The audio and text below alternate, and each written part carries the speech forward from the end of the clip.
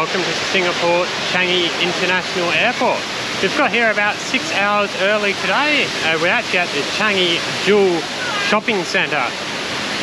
We're flying to Perth tonight on Qantas in about 6 hours time on an Airbus A330-200. But yeah, I've got to the airport about 6 hours early today because I want to check out Changi Jewel Airport, which is a really impressive destination in its own. To make things really easy, you're actually able to check in at the Changi Jewel, especially for Qantas, Singapore Airlines and some other carriers. So without further ado, before I check out any more of Jewel, let's head over to the early check-in facility and take advantage of that and relieve ourselves of any checked luggage.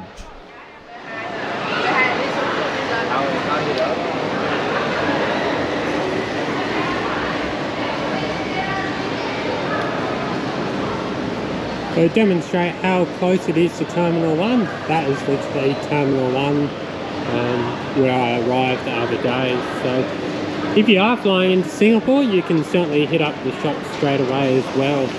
But yeah, if you're flying out of Terminal 1, you're literally right next door. Otherwise, you just get on the little shuttle train to the other terminals, all very easy.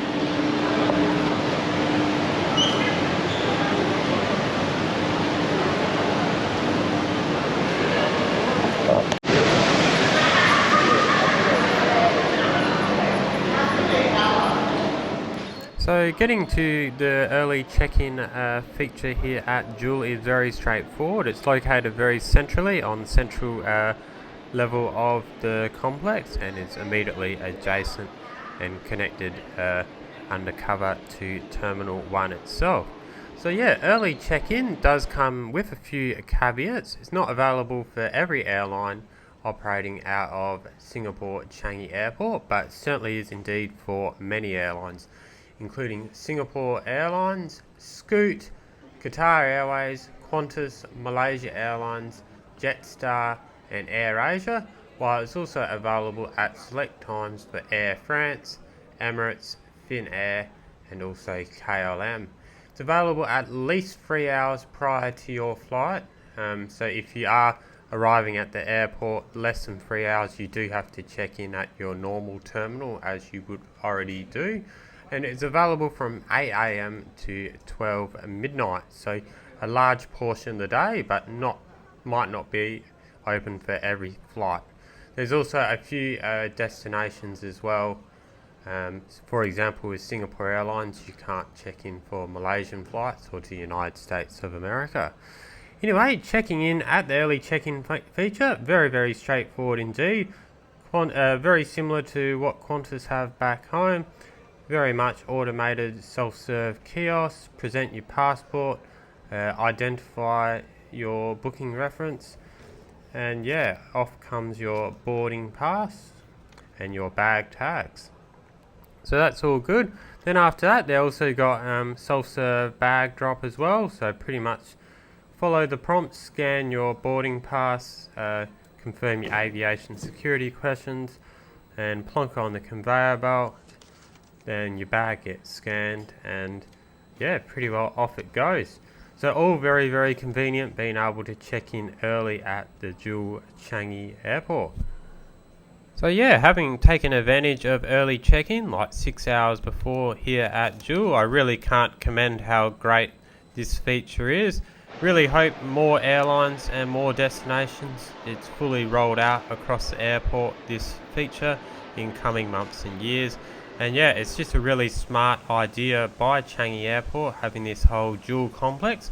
And yeah, hopefully more major airports around the world will follow suit with similar sort of entertainment and shopping, dining complexes adjacent to their big international terminals. Anyway, let's spend a few minutes now showcasing the best of Jewel, and then we'll head into Terminal 1 for the flight review itself. So yeah, definitely first time I can say I've actually technically checked in for a flight in a shopping centre, but yeah, anything's really possible here in Singapore, I guess. Nothing's out of the imagination. So yeah, here at Changi Jewel I have this really impressive indoor tropical rainforest, waterfall, vortex sort of thing.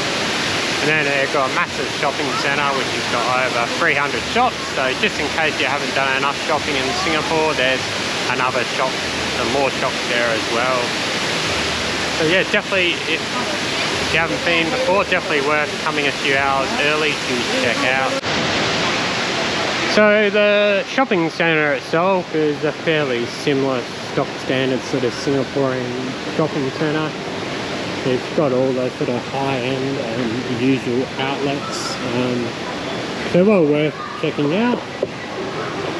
But yeah, just keep in mind, if you check your luggage in, you might not have much room for hand luggage. So if you're going to do some serious shopping, it may be worth doing it more in downtown Singapore before you head to the airport.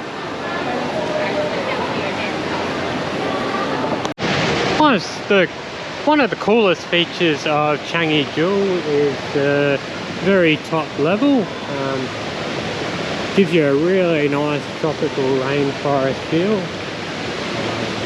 So if you're just transiting through Singapore for a few hours and you have left customs, by all means come up here. It's really, really cool. So as you can see, there's plenty to do at Jewel Changi Airport, aside from just shops and that very, very impressive indoor waterfall. There's plenty more to do as well in terms of checking out the indoor forest valley, the canopy park, and even the Changi Experience Studio. So there's plenty of sort of interactive and stimulating activities you can do as well, especially if you've got young children, plenty to keep them occupied as well. But yeah, before we head over to Terminal 1, we're just going to have a quick look at the Changi Jewel Lounge, which I got in with Priority Pass. Going to visit a few lounges in today's review. I won't go into them in too much detail. I'll do a separate written review for each on my website. But yeah, overall, not a bad sort of lounge. Got in with Priority Pass, so that was didn't cost me any extra. So yeah, not a bad way to start the trip indeed. Alrighty, we just spent about 2 hours at the Changi Jewel. Well worth checking out. The shopping centre itself is nothing much different to just the usual shopping centre in Singapore, which are pretty good. But yeah, nothing really much different to what you get in the centre of town. But yeah, also went to the Changi Jewel Lounge as well.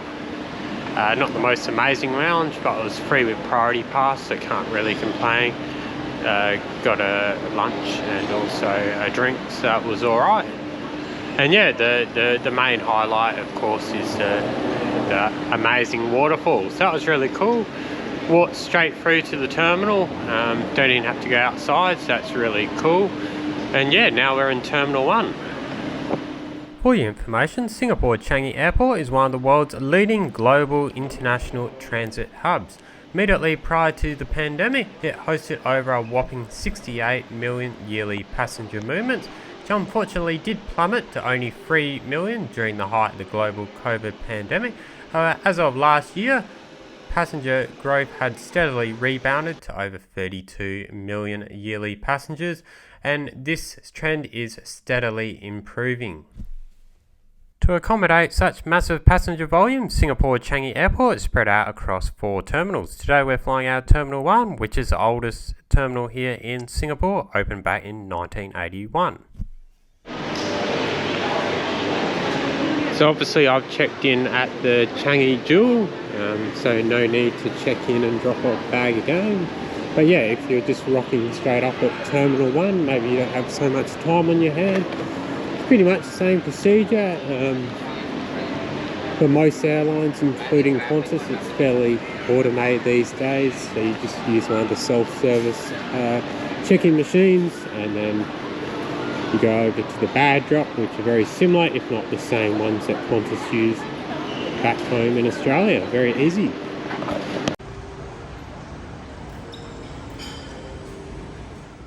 Without further ado, I think it's now time to head through immigration and officially exit Singapore. If anything like the arrivals to go by, I think it's going to be a very, very smooth and time efficient process here at Changi this afternoon.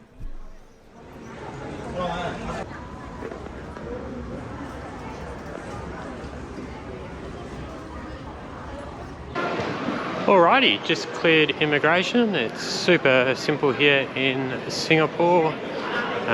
Fully automated clearance. Just slot your passport in the gate, move forward to the next, have a look into the camera, and off you go. Literally only took about 30 seconds. Pretty much the same procedure on arrival as well if you got Australian passport or another eligible e-passport. Just with the addition, as a foreigner, you've got to provide your fingerprints. So all very efficient and easy in Singapore. So yeah, we're airside now. In Terminal 1, you can easily take the SkyTrain to Terminal 2 or Terminal 3, and I think there's a airside bus transfer to Terminal 4 as well if you need.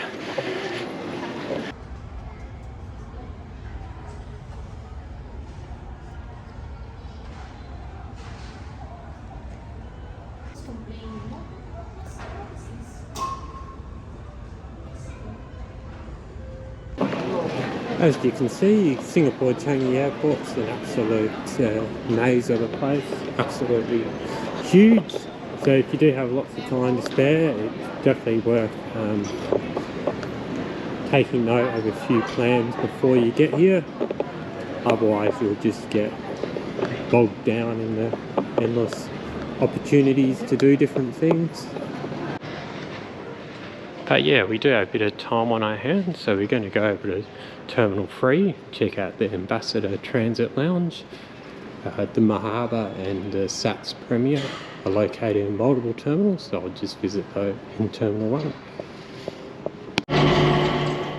One of the best features of Singapore Changi Airport is the integrated SkyTrain system, which was first opened in 1990 and is the first fully automated driverless SkyTrain system in Southeast Asia.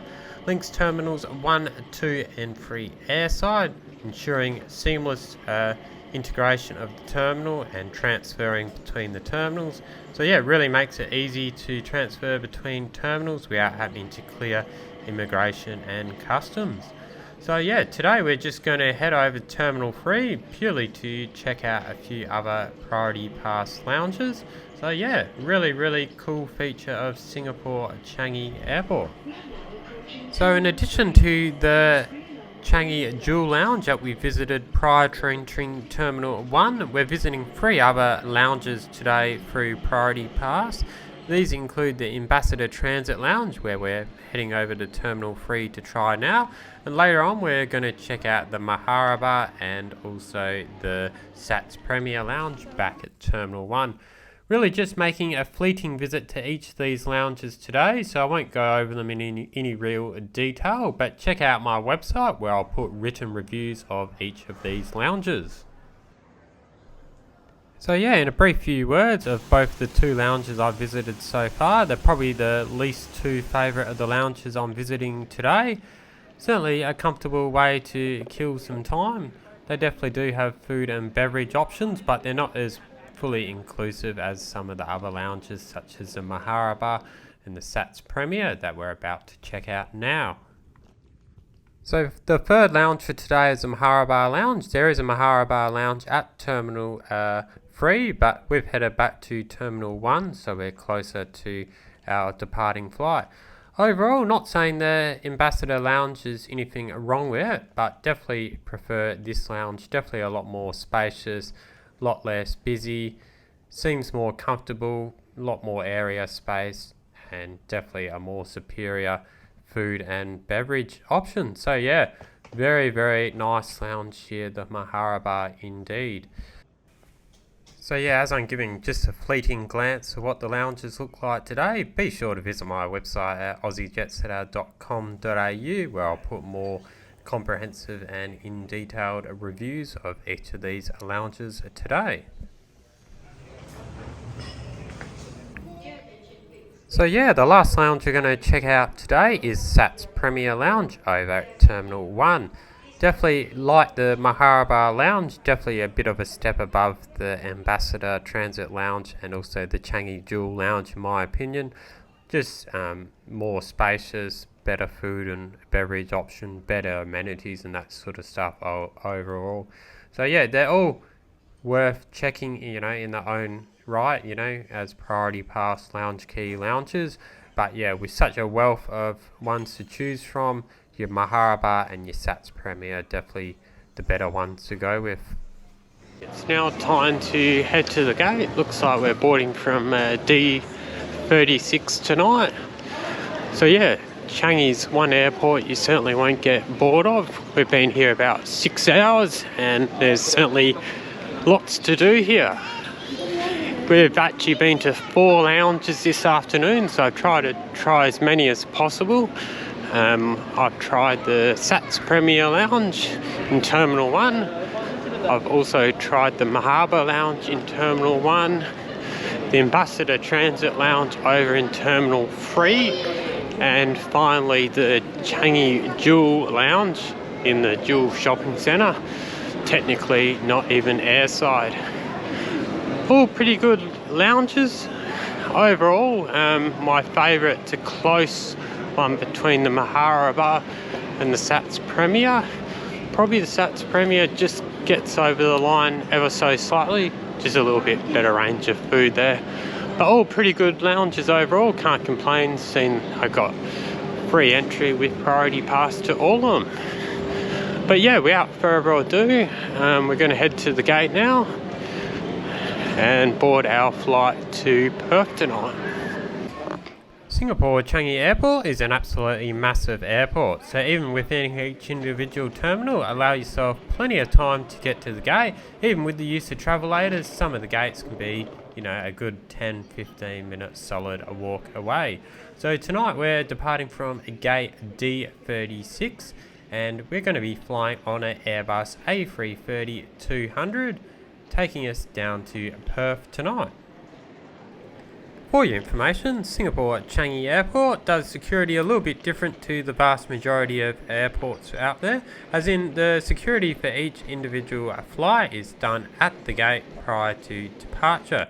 So this basically allows for very seamless international transit connections, so passengers can basically get off one plane and then go straight to the gate for their next flight and then just simply re-go through security there. I think the system works very, very well indeed, but yeah, it does mean you have to go through security at just before you board your flight. So yeah, I really recommend you just go through security, just when the lounge is opening. You don't really want to get there any earlier than you have to, because once you're through security, you can't really access the rest of the airport environment. So yeah, just do it when they tell you should go through, and you'll be right fine. Also, if you have brought any duty free, this is at the point once you do go through security, any of your alcohol purchases or liquid purchases will be available for pickup there. Before we get going, let's have a quick look at our ride down to Perth tonight. It's a 20-year-old Airbus A330-200, Victor Hotel, Echo Bravo Alpha. First delivered to Qantas back in 2002. Briefly operated for Jetstar around 2007 before coming back to Qantas in 2014. Without further ado, boarding is now called around 6 o'clock, pretty well on time and on schedule, which is fantastic. So yeah, now let's head on board our Qantas aircraft taking us down to Perth tonight. It is indeed an Airbus A330-200. Qantas operate 2 variants. The variant of the A330-200 we're flying on tonight is the variant that caters towards both domestic and medium haul international flights. So yeah, it has a total of 271 seats. 28 of those are the lie flat Thompson XL Vantage seats up the front. They come in a 1-2-1 configuration.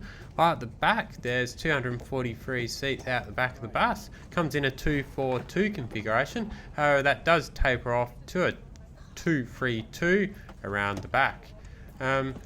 So yeah, tonight I'm seated in row 54. Seat pitch for the economy on the Airbus A330 is pretty respectable, 31 inch, has a width of 17.5 inch. Compared to Qantas's fairly cramped Boeing 737-800, That just has 30 inches and 17.2 inch width. The seat itself, it's pretty practical, pretty comfortable, pretty functional. Kind of has like a red fabric kind of material. It's equipped with an adjustable headrest. Also, which is really good, you have supplied is a blanket and a pillow. Bit of a nice touch because not always supplied for short or international flights these days, even with full service carriers. To complete the pre-departure offering, you'll also find a complimentary bottle of water stowed in the seat pocket in front, which is a really nice touch. There you'll also find the iPad entertainment system, which you can use on this flight, which I'll go into detail once we get airborne. In short, but you cannot use this until you're up in the air. Now, as we're just about to push back from the gate, really appreciate if you enjoy my flight reviews, give the video a like and also subscribe to the channel so you don't miss another one. That being said, let's now push back, taxi out to the runway, and what better time now to just sit back, relax and enjoy our stunning sunset takeoff out of Singapore Changi Airport this evening. And yeah, once we're in the air, I will then start going over this evening's food and beverage service, the entertainment and other aspects of the flight. So for now, just sit back, relax and enjoy.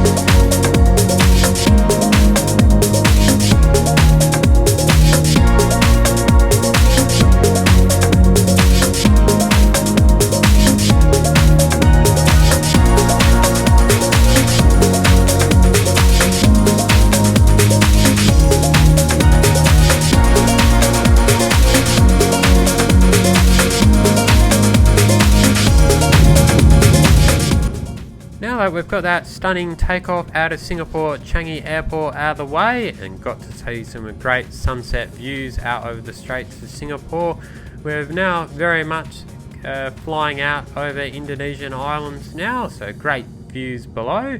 But anyway, it's going to be about an hour or so to the main dinner service, so let's check out the in-flight entertainment offering on tonight's flight. So as many of you might be aware, the Airbus A330s with Qantas, you're either going to have an iPad system or you're going to have in-flight entertainment screens. Qantas doesn't always, they don't really tell you what you're going to get, but usually on this service you do get the iPad system, very much like what you usually get on the coast-to-coast domestic A330 flights in Australia. So yeah, you do get the iPads on this flight. They do come stowed in the seat pocket in front of you. They come in very strong casing, and they also got a charging cable, so you won't have to worry about them running out of charge. There is a tablet holder in the seat front and back of you, so you can pretty well stow it like you would with view it like a traditional IFE screen. Once connected, there's a reasonable, although certainly not humongous, range of movies, TV shows, music and other content. Fortunately, there's not an in-flight information or moving map, so that's a little bit disappointing.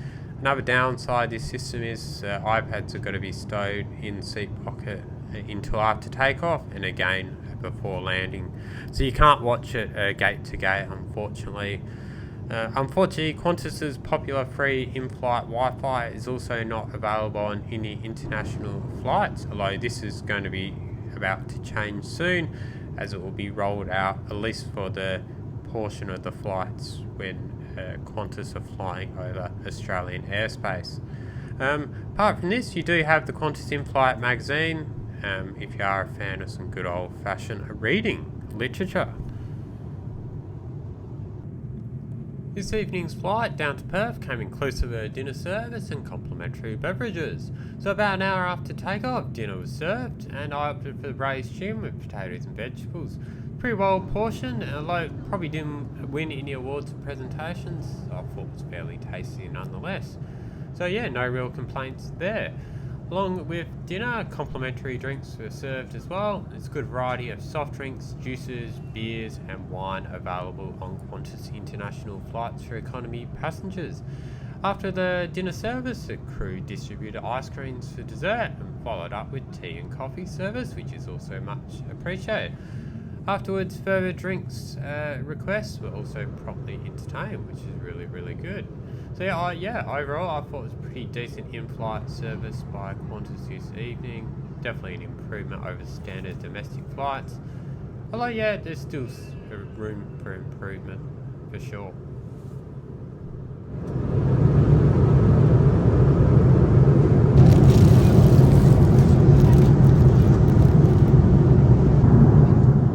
Aside from that, it is an evening flight down to Perth tonight. So yeah, it's a really enjoyable flight. But yeah, in terms of scenery, it's dark outside, so there's not much more to report really.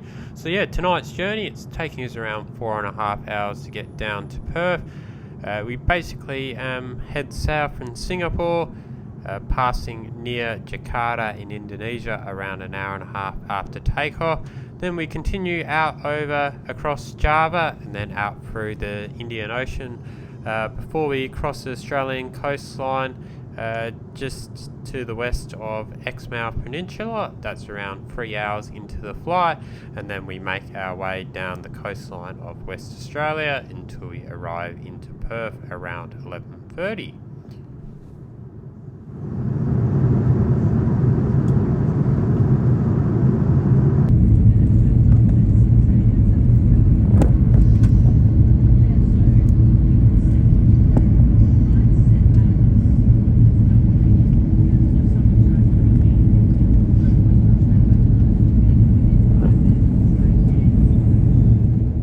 So it's now gone just over 11 o'clock local time, and we're about to make our descent into Perth, which is capital of West Australia. So yeah, what better time now just to sit back, relax, enjoy the stunning landing into Perth, otherwise known as the City of Lights. Once firmly on the ground, back on Australian soil, I'll then give my final thoughts and AJ Aussie Jet Setter score index verdict for this flight. So yeah, just sit back, relax and enjoy the landing into Perth tonight.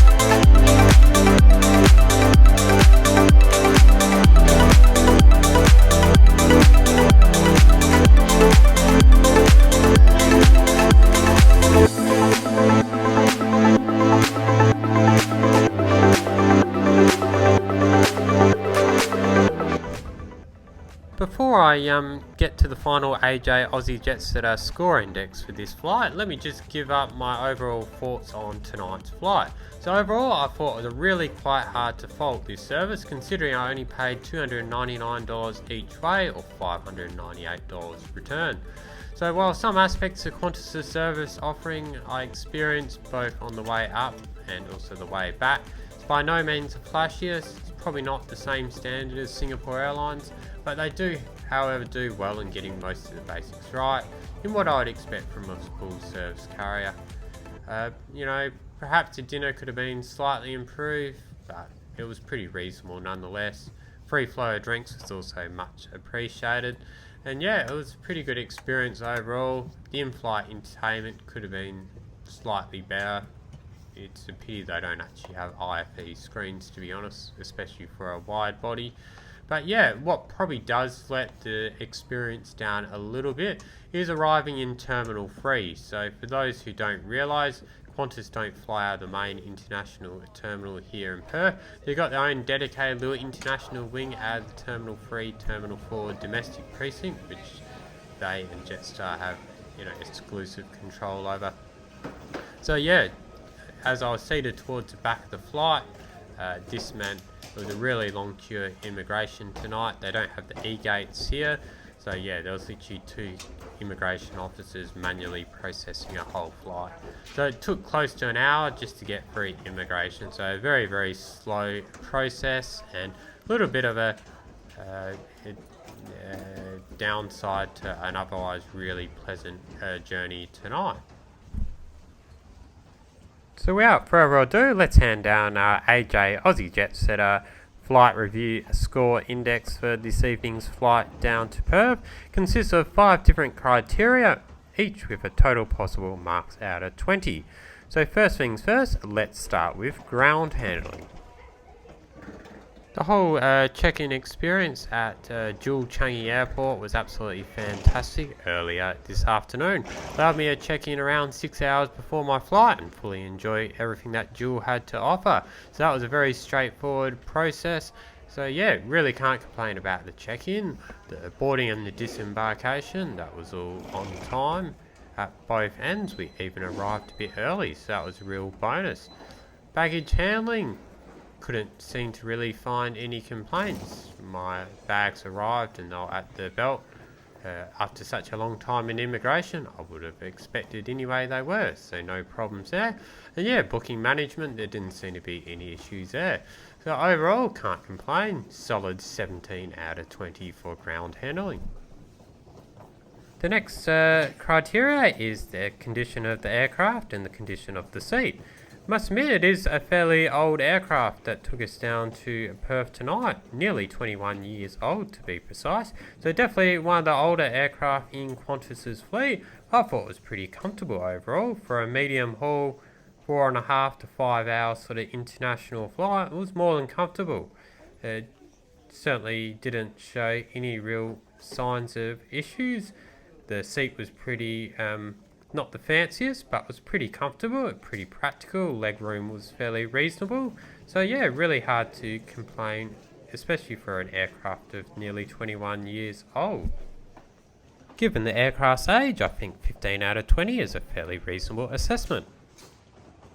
In the entertainment department, I give Qantas a pretty average 10 out of 20. Let me be clear, the iPad system is actually pretty good for what it's worth. There is a reasonable good range of content on there, but there does have limitations such as no in-flight map, and obviously you can't use it for the full duration of the flight. Really, it is disappointing that Qantas are still using this cost-cutting measure in 2023. No, it supposedly saves weight and fuel burn or something like that, but yeah, really unacceptable for a full-service carrier operating wide bodies on an international flight not to have IFE screens. So it is what it is. In terms of the in-flight service and the crew, it was really pretty hard to fault really Qantas tonight. Give them a solid 15 out of 20. It was a reasonably good food and beverage service, and the crew were pretty friendly. Always ways to improve with Qantas. They're still not the flashiest airline, but it was a pretty solid experience nonetheless. Finally, in terms of value for money, this flight was an absolute steal for $299. I can easily give it 18 out of 20. Very, very good all-inclusive experience, so absolutely no complaints in this regard.